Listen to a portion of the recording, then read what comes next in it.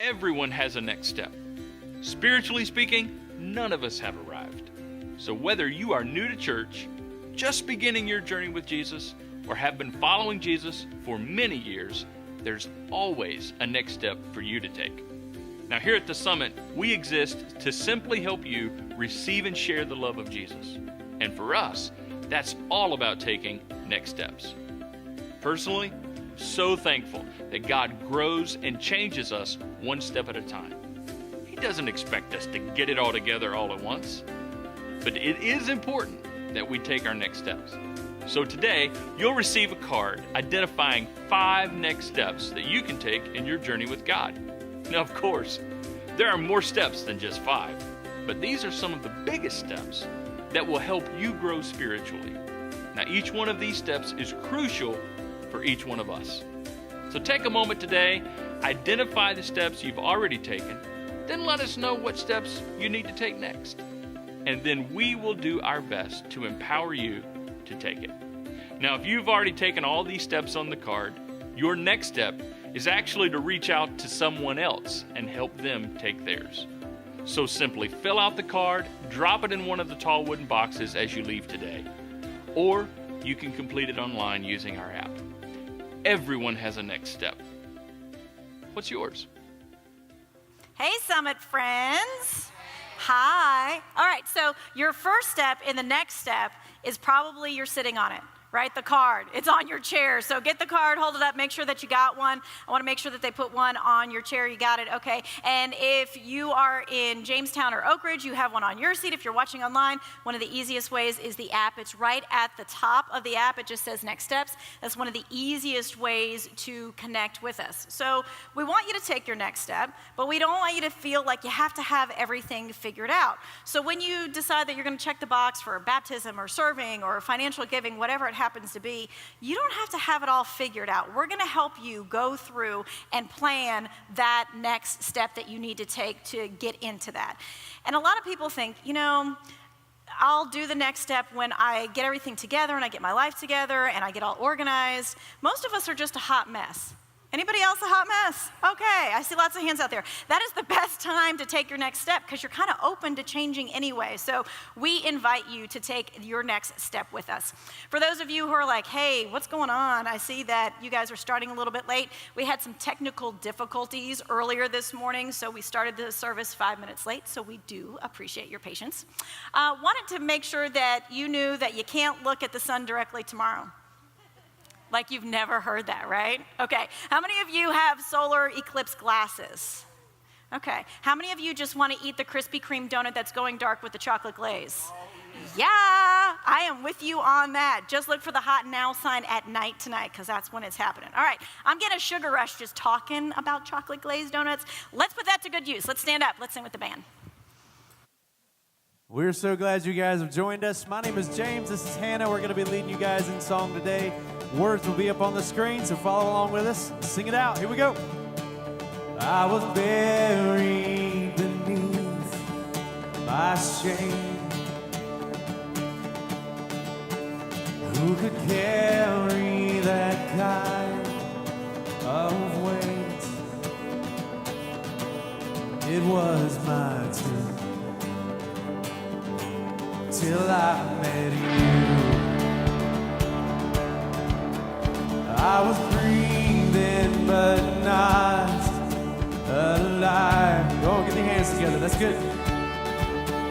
All my failures I've tried to hide.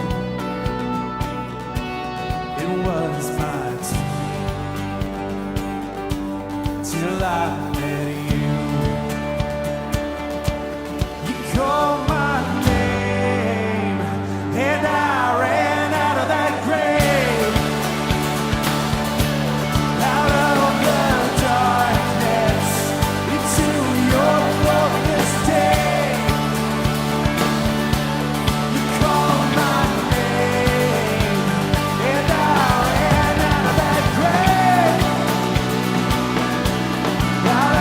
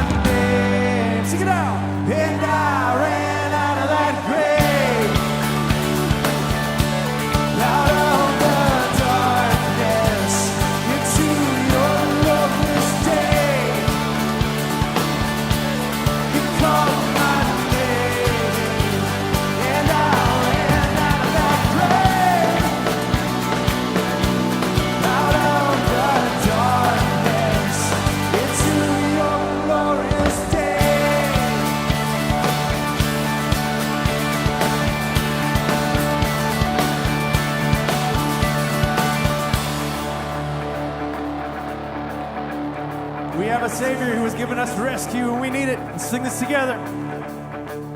I needed rescue, my sin was heavy, but chains break at the weight of your glory. I needed shelter, I was an orphan, now you call me a citizen of heaven. When I was broken, you were my healing, now your love is the air that I'm breathing. I have a future, my eyes are open, 'cause when you call my name, sing it out. I ran out of that grave, out of the darkness, into your glorious day. You called my name, and I ran out of that grave,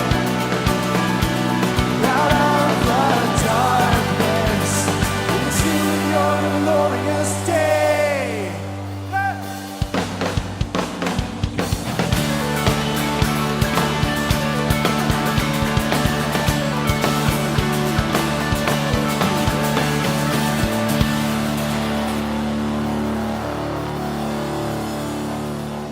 Y'all are awake now. How much fun is it to shout our Savior's name? Jesus. Let's keep singing together.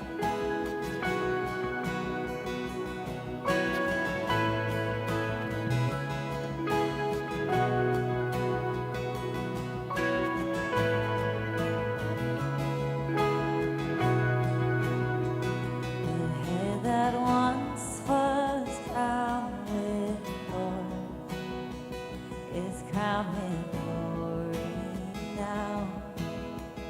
The Savior now to wash our feet. Now at His feet we bow.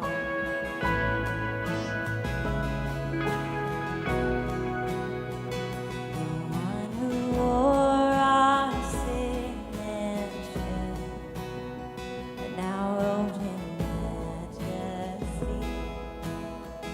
The radiance of perfect love now shines for all to see.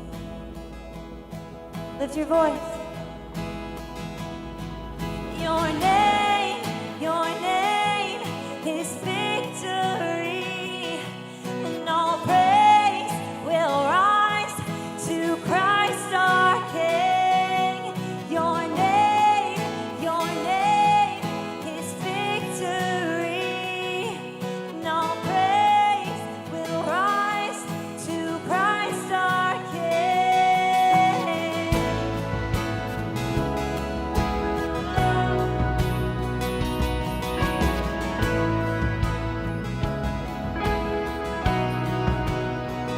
The fear that held us now gives way to Him who is our peace.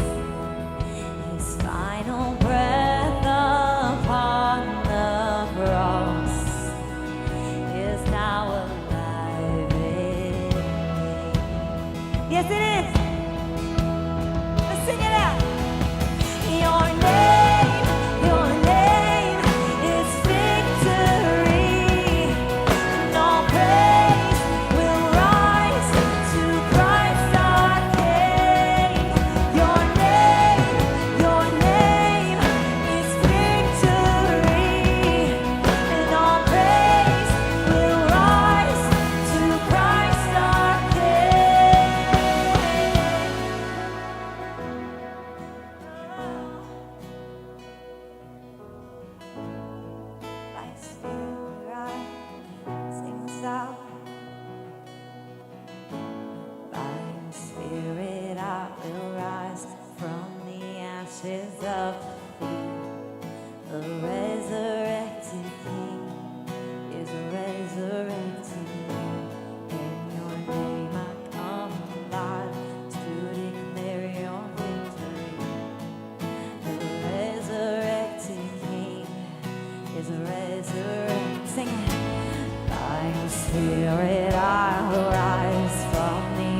ashes of defeat.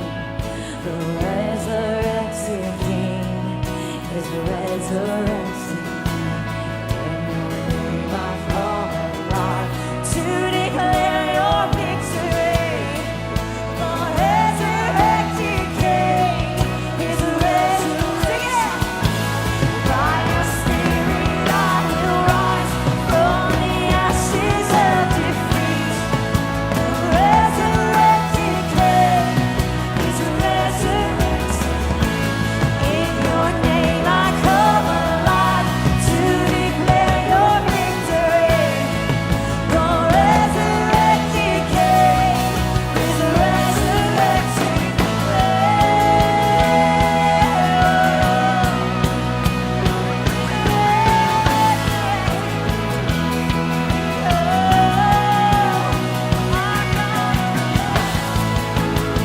Our God is alive. He is resurrected. He is alive.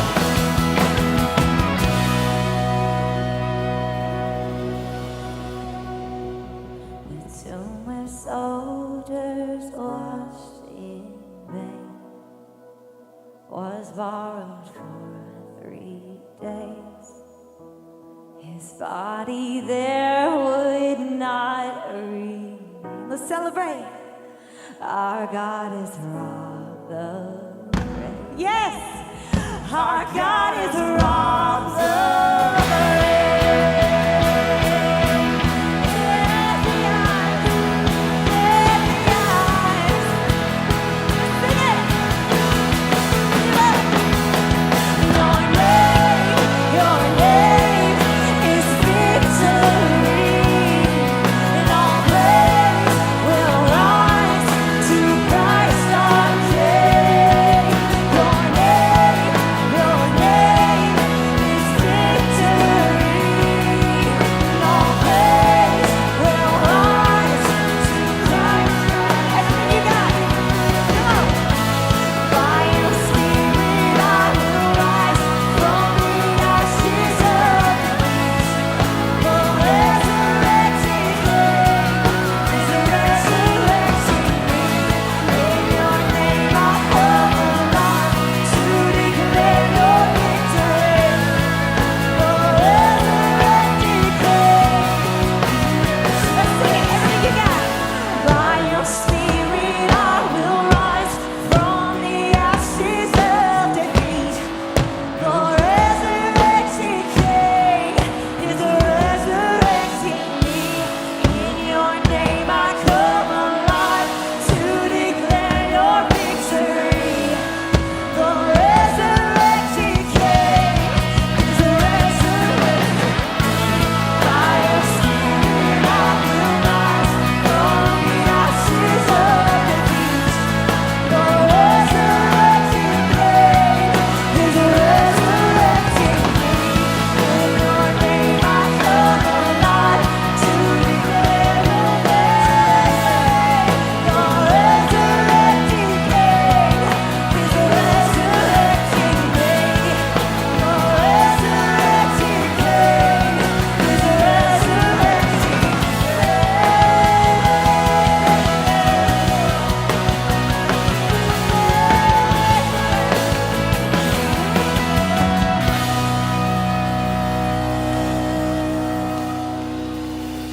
That sounds so great. Now let's not let that energy die. We have one more song to sing.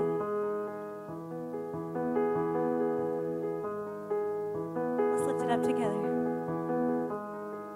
Standing here in your presence, in a grace so relentless, I am by perfect love, wrapped within the arms of heaven, in a peace that lasts forever, sinking deep.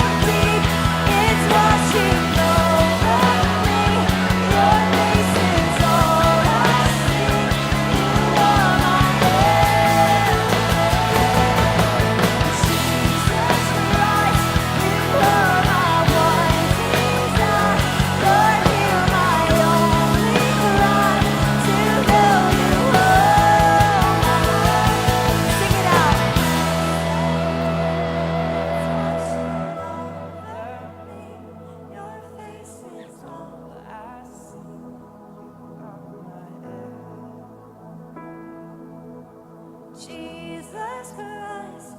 You are my one desire. Lord, hear my only cries.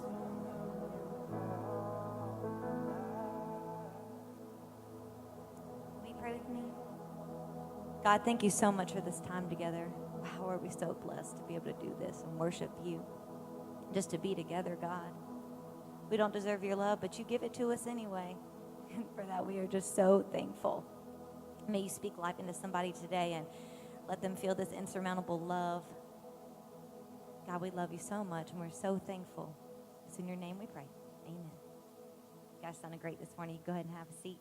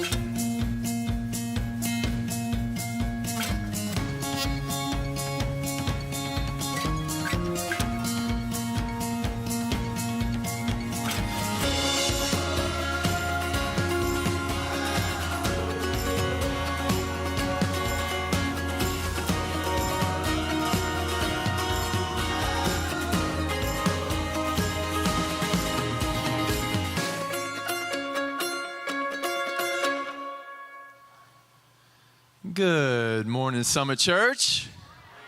You guys feeling okay this morning?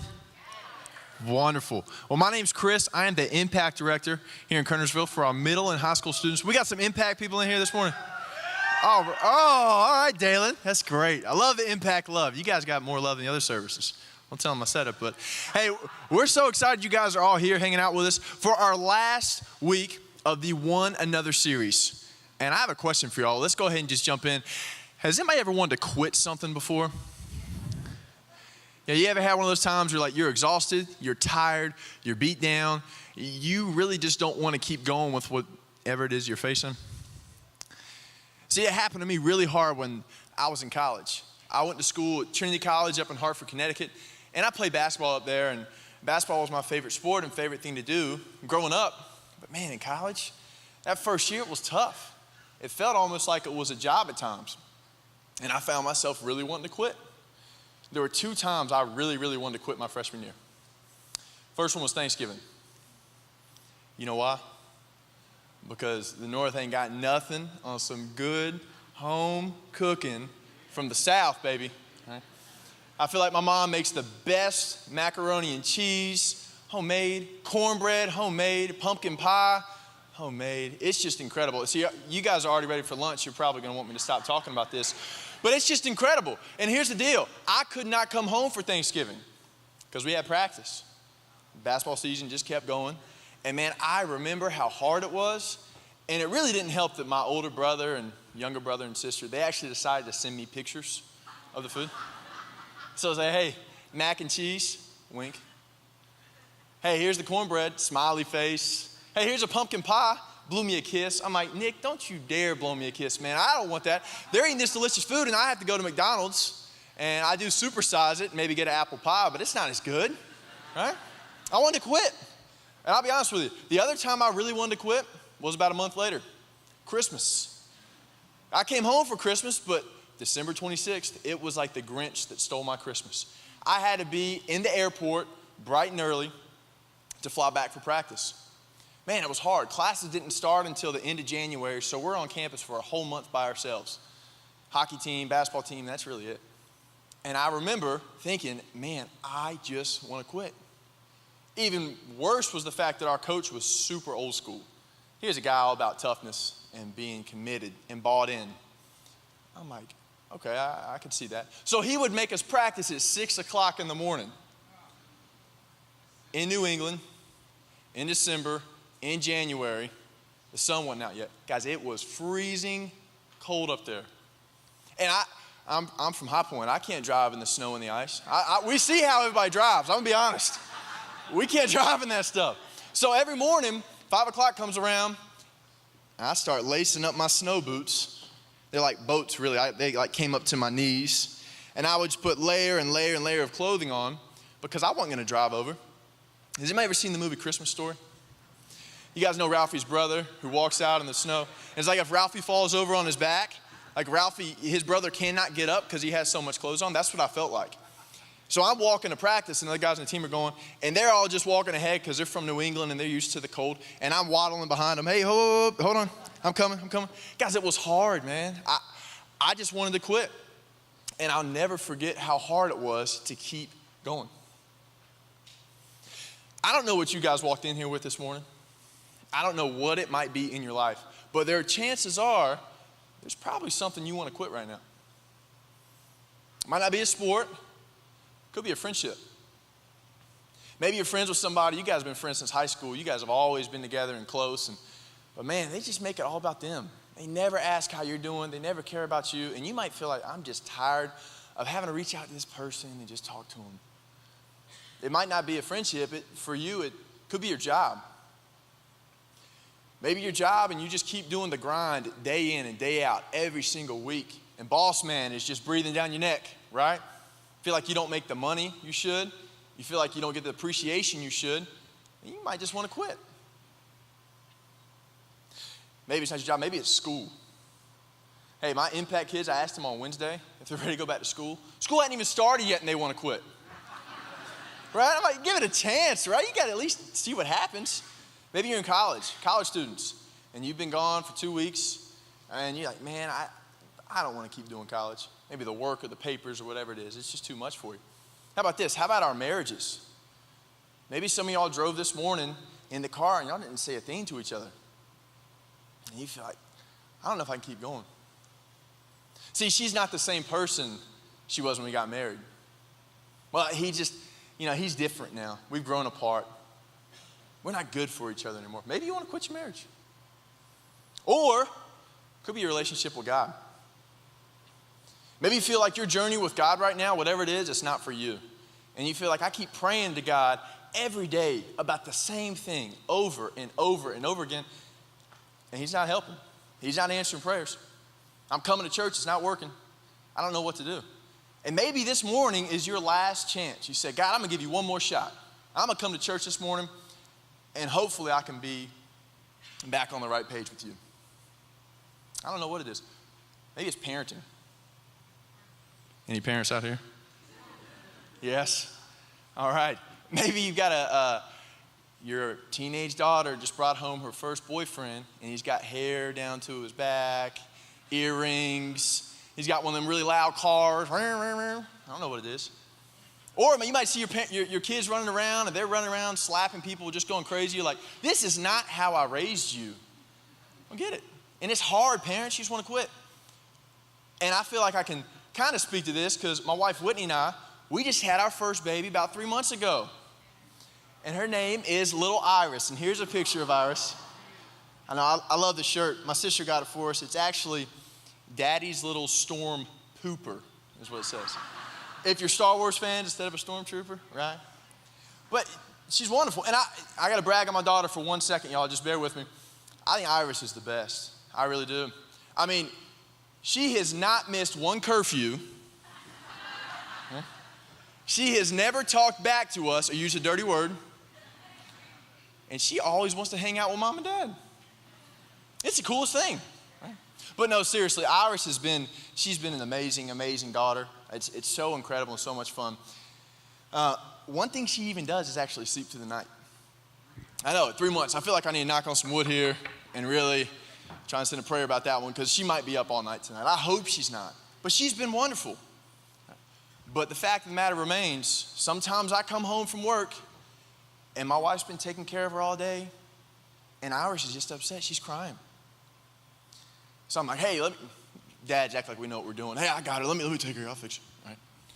I take her and I hold her and I start rocking her. Take her. I'm like, I try and sniff, like, does she need a diaper change right now? Let me see. So I take her, I try and change the diaper. Nope. Maybe she's hungry. Hey, babe, can I get a bottle? I want to feed her real quick. No, not that either. The other week I tried this. She was so upset, I actually got her, picked her up, and I went into the nursery, and I put her in her crib and shut the door. I was like, maybe she's supposed to be comfortable. My wife looked at me like I was crazy. This is not going to happen to a crying baby, right? But sometimes I just want to quit as a parent. It's hard, man. We're going to do it for 3 months. I don't know what in the world I'm doing as a dad. And sometimes I'm like, babe, I can't. I'm exhausted. I'm tired. I don't know how to do this. And I don't know what it is for you guys this morning. But I want to challenge you because you probably have something that you really want to quit. Something that's right in the back of your mind, and it's hard for you to hold on. So this morning, last week of one another, we're going to talk about motivating one another. Because if we don't do this, guys, it's going to be a challenge.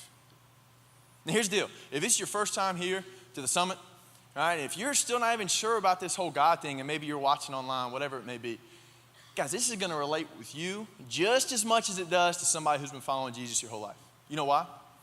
Because we're all going to have hard times in life. We're all going to have those times where you just want to quit. And when you want to quit, if you don't have one another, if you don't need one another, if we don't motivate one another, man, you're probably not going to make it. It is going to be a challenge. We need one another, y'all. So I'm excited to talk about Paul today. And Paul wrote the letter known as Hebrews in the New Testament. And just a little background on this. He wrote it in the first century. And Paul is writing to a group of Christians. Well, Hebrews were Jewish people. And at this time, they were Jewish, but Paul's writing to them. Why is he writing to them? Well, it's because the Hebrews said, I heard about this Jesus guy. I heard how he lived, how he died, how he gave everything for me. I want to follow him. So let's get this straight. They were Hebrews, but they're Christians. Okay, so they're Christian Jewish people. All right, I got it. We're following here, right? And what happens is Paul says, I need to write them a letter because they need to motivate one another. They need to hold on. Man, it's tough for them. Because here was the deal, guys. If you were a Hebrew and you said, I want to follow Jesus, guess what everybody else said? Have fun. Don't let the door hit you on the way out. Family, friends, your religious community, everybody that you knew, they didn't want to talk to you anymore. They didn't really want anything to do with you. It would be like one of the most disrespectful things you could do to your family and to your culture to say, I want to follow Jesus. I want to be a Christian. So these guys wanted to quit. Everybody Paul's writing to, they weren't sure if it was the right thing for him to do. You know, we had Iris. I had a picture of Iris. We're so blessed and thankful to have our parents in High Point and in Kernersville, and they love Iris. We're talking free babysitters. So cool. But if Whitney and I would have been somebody that Paul was writing a letter to, and if we would have been Jewish and we became a follower of Jesus, they would want nothing to do with us. Our parents would say, I who? I don't even know you anymore. It was like you ceased to exist. You were no longer there. You were erased if you said, I'm going to follow Jesus. You guys all had those friends who, you know, a wedding invitation or a birthday party or a graduation celebration, whatever it is. And, you know, some people be like, oh, did you not get the invitation? I guess it was lost in the mail. They probably didn't invite you. But what that really means, guys, is, hey, if you were a Hebrew back here, they wouldn't even think to give you a cheap excuse. They just didn't care about you anymore. Again, you were erased. So Paul wants to write him a letter and motivate him. Whatever you want to quit, hold on to it. And let's see what Paul says here. In Hebrews 10:23, Paul says, let us hold tightly without wavering to the hope we affirm. For God can be trusted to keep his promise. Hey, listen, I know it's hard. I know that you've got everybody out here against you. I know that you really don't know what to do next, but you got to hold on tight. Hey, another modern day example of this. We got any Carolina fans in here? Oh, there we go, right? National champs, absolutely. We got any Duke fans in here? Oh, we got a couple. I'm sorry to hear that. We'll pray for you guys, okay? But here's the deal. If you were somebody that Paul was writing to, it would be like you had been a Duke fan your entire life, and then you decided, I want to come to the good guys. I want to be a Carolina fan. All of a sudden you say, I'm coming to Chapel Hill with Roy and the boys. I'm tired of the Cameron Crazies and the Durham Doofuses or whatever you want to call them, right? You would be over it. Why? Because can you imagine how you would treat Carolina fans? Can you imagine how we would treat these new Duke fans, right? They wouldn't be accepted. If you were a Duke fan and all of a sudden your friends found out Oh, dude, you're going to follow Carolina? Nobody would want anything to do with you. You would be just cast out. Nobody would have the time of day for you. That's what was going on with these Hebrews. If you're a Panthers fan, hey, Panthers fans, all of a sudden you're a Patriots fan. Nobody likes New England. If somebody does like New England, I'm sorry, I hope Tom Brady doesn't really get hurt that bad this year, right? You would want nothing to do with it. If you were a Democrat and you became a Republican, or a Republican and a Democrat, they would have you wouldn't be accepted. And that's what's going on. Paul tells them, hey, let us hold tightly without wavering to the hope we affirm. You know what the hope is? Hey, church, the hope they have that Paul's writing to is the same hope we have. It's Jesus. Here's our hope, right here. And if you affirm something, it means that you are stating it publicly. You're declaring it as a fact, man. Because remember, they declared Jesus as their Savior in front of everybody. Everybody told them bye. Go have fun pulling for Duke, right? No time for them. I love how Paul says to hold tightly. It's not like just hold when it's convenient for you. Just hold on to your hope when everything's going okay. It's easy to do that then, right? Hold tightly. Like you're getting on a roller coaster for the first time in your life.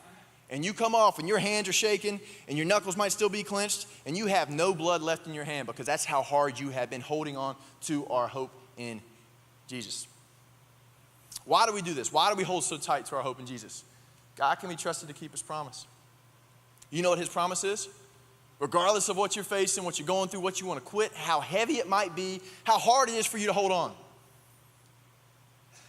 Our hope is Jesus. One day, whatever it is you're facing, whatever it is you're going through, hold on, guys, it's going to be okay. Probably not as soon as you want it to be. It didn't happen as soon as the Hebrews wanted it to. But the hope that they were holding on to, was Jesus. So everything was going to be okay. Hey, that's what we got to do. We got to hold on tight. And once you hold on tight, check out what Paul says. He keeps going. So since we have our hope up here, right, Christians, this is what we're supposed to do. Let us think of ways to motivate one another to acts of love and good works. Motivates from a Latin word that actually means to move. I know what you're thinking right now. I'm going to move somebody. That dude who cut me off in the parking lot, he's sitting 3 rows in front of me. I'm going to get up and give him a little bump. I'm going to move him, all right? That kid who broke me at Starbucks, I'm going to go thump that dude in the nose, right? I'm going to move him. No. We're talking not this, not pass interference, this. Hey, come on, guys. Come on, we got it. Since our hope is here, since we have that hope, we're good. Let's move. Us. Come on. Everybody, together. We're moving. Acts of love and good works. Guys, he's talking to us, Christians. That's what we're supposed to be doing here. And he keeps going. I love how he finishes it. Let us not neglect our meeting together. As some people do, but encourage one another. Neglect. If you disregard something, if you forget about something, if you quit, hey guys, don't quit. Don't quit. Our meeting together, this is what we do on Sundays. This is why you're here on Sunday. So we can motivate one another and we keep one another going. This is why you come to Impact on Wednesday nights. So we can motivate one another and keep one another going. This is why you circle up and join a group. We can motivate one another and keep one another going. He uses the word encourage again. Encourage one another. If you take out the beginning of encourage, what do you got? Courage. Encourage means to give somebody courage, to give somebody hope, because we already have our hope, y'all. Our hope's up there, right? And since we have that hope, it's our responsibility to share it with others.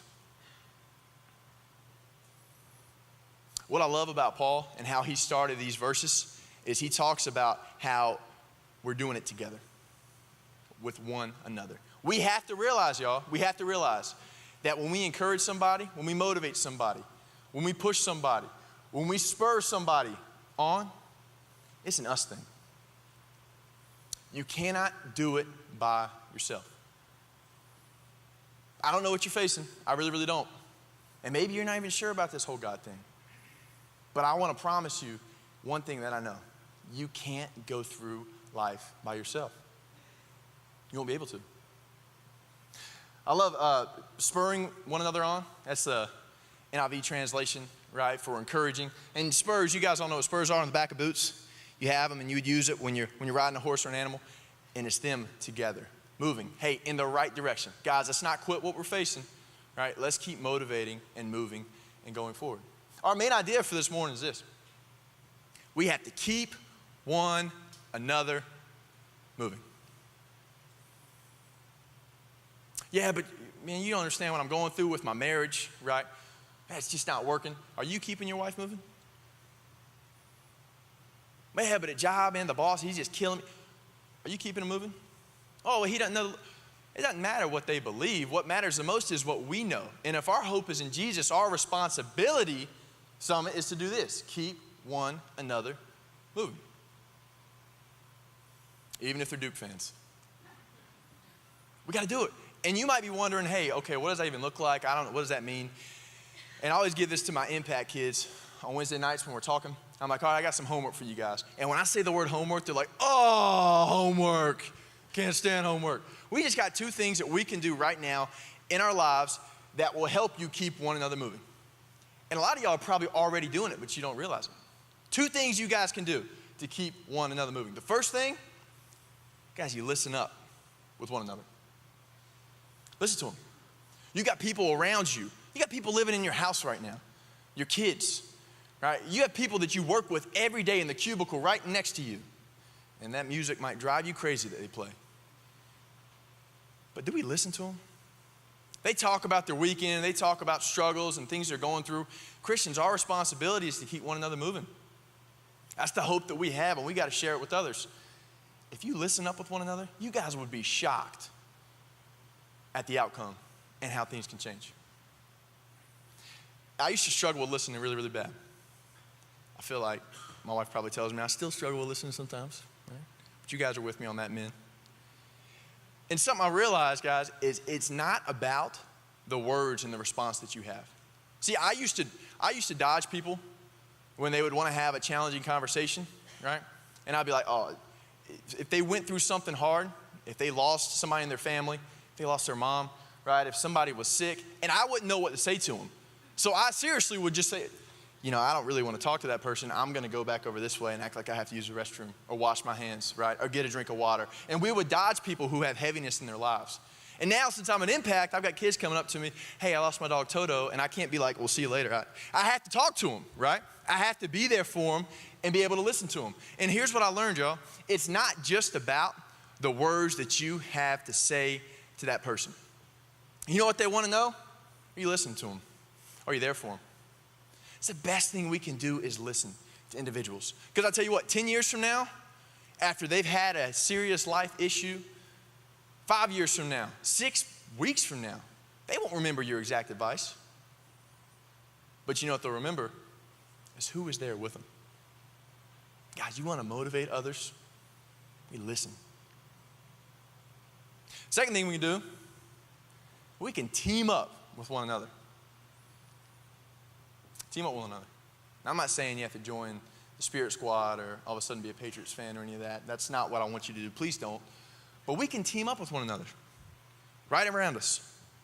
And I'll tell you what, the reason I didn't quit basketball up at Trinity my freshman year, I had a senior by the name of Paul Rowe. He's from Brooklyn, New York. And we had nothing in common. But for some reason, Paul teamed up with me that whole winter break.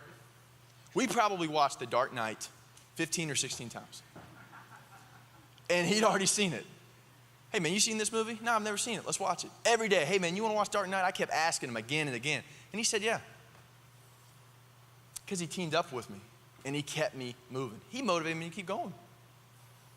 Guys, you've got people around you right now that you can team up with to keep us motivated and keep us moving. Now, I know what you might be thinking, saying, oh, hey, you know what? Right now, I'm just in a hard place, and I feel like I'm stuck, and I don't know what to do. I need some help. I'm not really sure what my next step should be, whatever it is. Hey, we have an amazing team of Life Care volunteers that are here every single Sunday. They're wearing these beautiful Carolina blue shirts out in the lobby, right? And they would love to talk with you about taking next steps and just getting you unstuck. It doesn't have to be anything more than a conversation, because we want to team up with you and help you figure out what we can do to get you moving. We got to motivate one another, y'all. We have to. Maybe you want to know another way to get plugged in, right? You're like, I'm just trying to find a team of people here.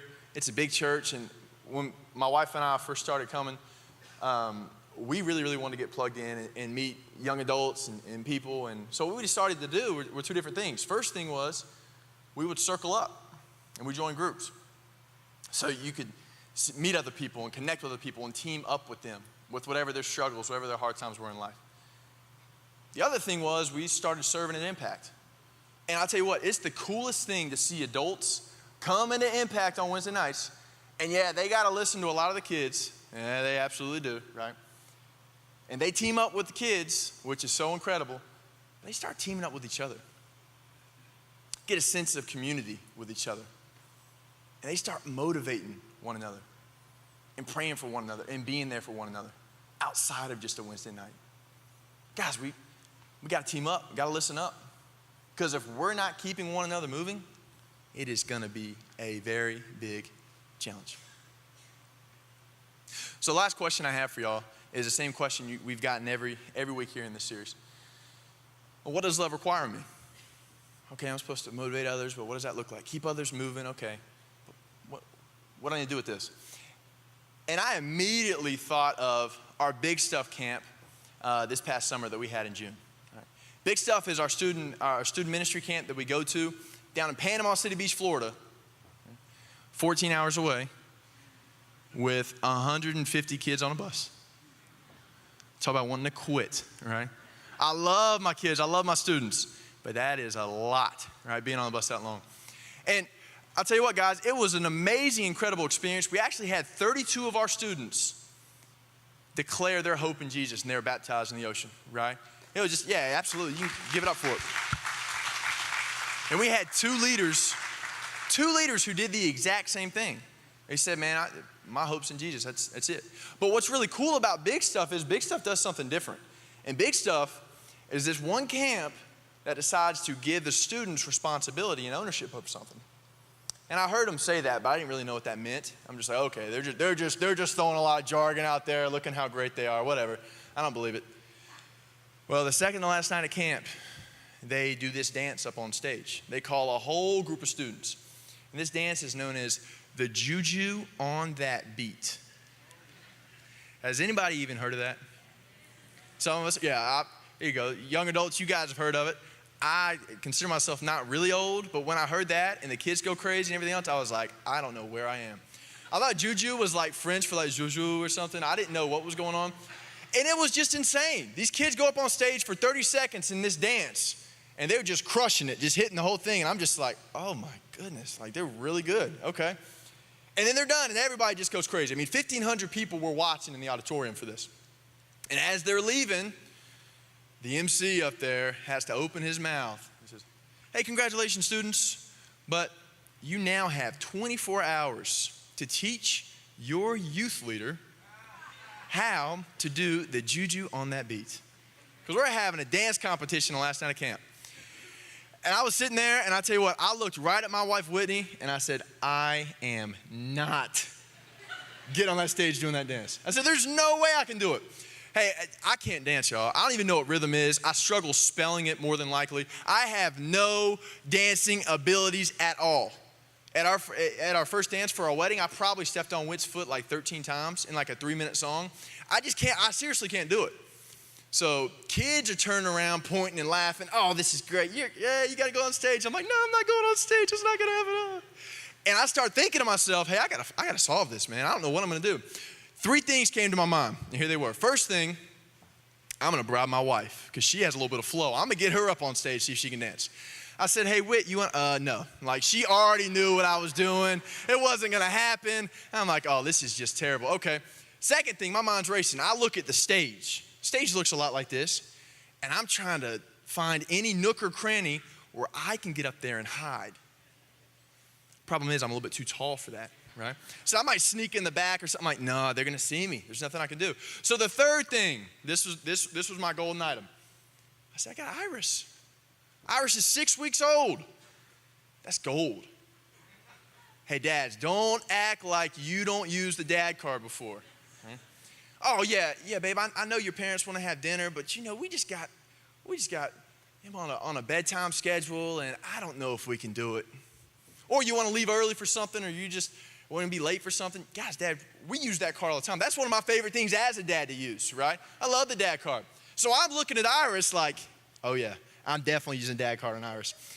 And I talked to my wife about it, and she's supportive, but the only problem is this is a big stage, 1,500 kids. The speakers are very loud. She's 6 weeks old. And I said, it's probably not best to jeopardize my daughter's hearing for 30 seconds of humiliation for me. We tried to even find like some noise canceling headphones. We really did. To see if we can get up on stage. And because I was going to hold her, and this is my dance right here. That's about it. That's all I can do, right? And I said, I'll have her up on stage and people will focus on it. Well, we never found noise canceling headphones. We could not do that dance. So the whole next day, I'm just going to kids. Hey, can you help me with the juju on the beat dance thing? They're like, I know how to do it. I'm like, yes. All right, help me out. How do you do it? Like, oh, I'm not going to show you. I'm like, all right, well, thanks a lot. So I go to the next kid. Hey, can you help me with the juju on the beat? Oh, yeah, I know how to do juju. I'm like, oh, slow down. Will you show it to me? Yeah, you got it. I'm like, I'm serious. I need some help here. What am I going to do? All these kids were turning me down. And I don't blame them because I can't dance. There's nothing about me that says dancing, right? Everything changed at about 3 o'clock that afternoon. And a girl by the name of Simone, one of our rising ninth graders at Atkins High School, she comes up to me and she's like, hey, so you ready for the dance? I've had probably 2 or 3 conversations with Simone. I said, Simone, look, I appreciate it, but at this point, it's a lost cause. Like, you don't want to do this, trust me. I'm just going to go up there. I think I'm going to fake an injury or something, catch a cramp, and I'm just going to kind of have to walk off the stage. Like, you don't want to do it. She's like, nah. Hey, I got you. I said, Simone, you really, trust me, you don't. She said, no, it's cool. I got you. And Simone spent the next 3 hours on the last day of camp teaching me how to do the juju on that beat. 3 hours. I didn't realize how bad it sounded until I told one of the youth leaders. I was like, yeah, man, I've been working on this for 3 hours today. He's like, what? I said, huh? No. 3 hours, I don't know what you're talking about. It didn't take me that long. She spent 3 hours teaching me how to do this. And what was so cool about it is leaders at first were laughing at us. Like, nah, you're not going to do this. They joined in and they started doing the dance with us. So it wasn't just me and Simone on the beach. We had Jake Copeland and Madison Parker and Stephen Williams.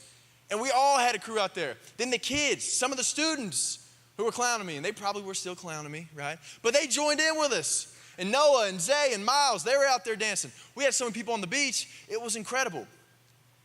And all the while, Simone's sitting there encouraging us, motivating us, keeping us moving. Hey, you got this. I'd mess up. I'd probably fall on my face or something, right? I just can't dance. And she would, hey, you got it. Come on, keep going. Keep moving. You can do it. You can do it. Don't quit. And the night came, and right before we get ready to head over, we're down in the lobby. And I'm like, hey, Simone, I'm a little bit nervous, to be honest. She's like, nervous? You used to have an A+ attitude, now you flirting with a C. And I was like, oh, dang, Simone, like, you're right. I am messing with a C attitude right now. My fault, right? She's like, you're not average. I said, you're right, Simone. And we started dancing in the lobby, and I lie to you not. Students came, they were there, leaders came, random kids that were walking to large group came in, started doing the whole juju on the beat. It was unbelievable. We walk into the auditorium, place is just going crazy. I'm like, you know what? I was so pumped up, I might actually have a chance at this thing, even though I can't dance. And then Simone circled us up and said, hey, Chris, I want to pray for you. And she prayed that I would be encouraged, I'd believe in myself, and I'd have a good time. And I tell you what, I have never been more speechless and jacked up at the same time about something. I was so excited. I went up on that stage. I don't know how this happened. This would definitely be one of the biggest miracles probably in my life, because I finished 2nd place in this dance competition. Huh? You don't need to clap for it. I was joking with my wife about it the other day. I said, babe, how many leaders do you think were in that dance competition? I was like, what, 75, 100? She's like, maybe like 50 or something. I was like, okay, all right. Well, whatever it is, there's probably 30 or 40 45 liters, whatever it was. It was unreal. Guys, Simone motivated me through the whole thing. And when it was over, I was so excited, and so just shocked by what happened. If Simone would have told me that I could run through a wall, I'd put on a football helmet. Which one? Where are we going? I believed I could do it. I believed I could do anything because she motivated me and went through it with me. Guys, we all have people in our lives right now who need motivation. We all have people in our lives right now who need you to do the juju on the beat dance with them. Guys, we need to show them. Because if you're going through life by yourself, you're not going to make it, right? We have to keep one another moving. What if we were the church? What if we were the families? What if we were the husbands? What if we were the wives who kept one another moving? If there is ever a time in our country and in our own neighborhoods and communities to motivate and keep one another moving, it's right now. Christians, we have our hope. That's what we're supposed to do. But are you willing to go and keep somebody else moving this week? Because the coolest thing is, you'll probably never know the influence you could have on somebody right now in your life. You'll never know what they want to quit so bad right now in their life, and they're done, and this is the last chance. Until, and you give it a try, and you keep them moving. Let's pray. Heavenly Father, thank you so much for this morning, Lord. Thank you for your son, Jesus. He is why we're able to keep moving. And we're so grateful for his love and the fact that he was the first person to tell us, hey, it's okay. You got it. I know you're broken. I know you're struggling. I know you want to quit. But I got you. Thank you for Jesus' love, for his forgiveness, for his grace. I pray that we can hold tight to our hope in him this week, and that we can have eyes that see those who need to be motivated and that we need to keep moving. Father, I pray for people here today who feel like they're stuck. And I pray that they will have the confidence and the courage to come and allow us to team up and help with them. I also pray for those right now, Lord, who are just struggling and trying to keep going. God, our hope is in you, and we're so thankful. Thankful that you kept us moving first, Jesus. And it's in your holy, precious name we pray this morning. Amen. All right, so a few weeks ago on social media, you might remember we asked you guys, what song would you like to hear the Summit Band play for the One Another series? And the song that got the most votes from you guys was Hootie and the Blowfish, Hold My Hand. So we're going to do that song right now. You guys sing it out with us. We'll have a good time.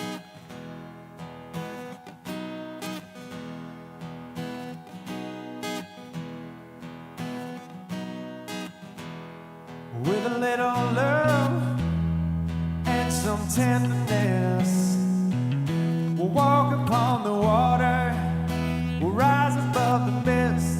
With a little peace and some harmony, we'll take the world together, we'll take them by the hand, 'cause I've got a hand for you.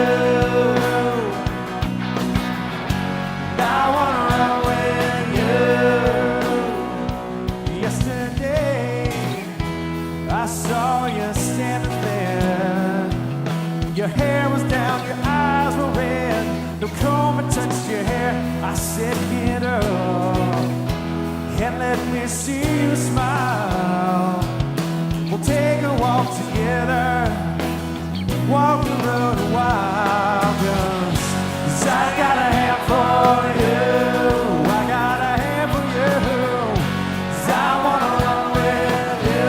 Won't you let me run with you and hold my hand? I want you to hold my hand. I'll take you to a place where you can be anything you wanna be, because I wanna love you the best that I can.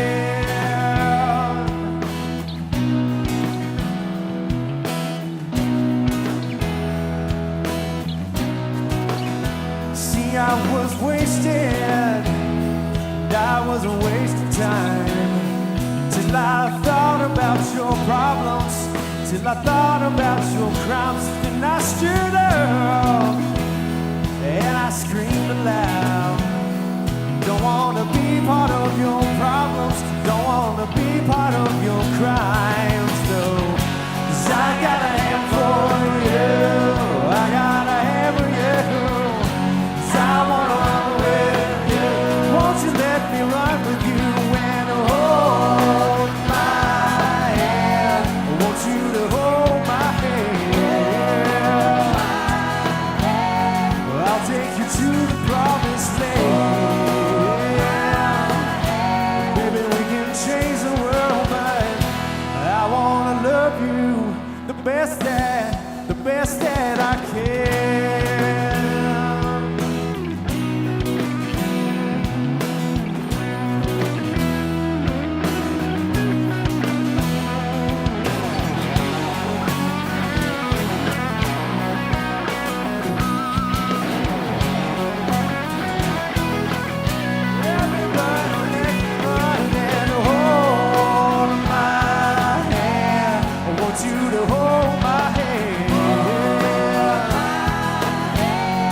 I'll take you to a place where you can be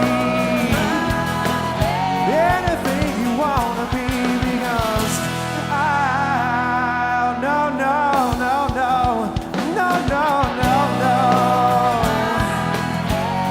want you to hold my hand.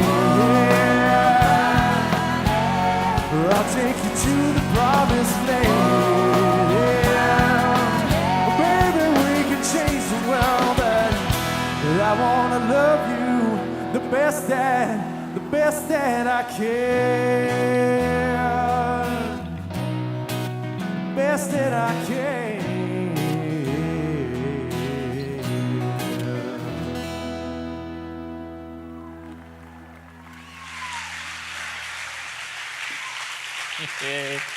Oh, I love the Hootie and the Blowfish. That is awesome. Taking you back to the 90s. Do you know that there are people on this stage that weren't even alive when that song came out? I mean, that's not even an oldie. Not yet, anyway, right?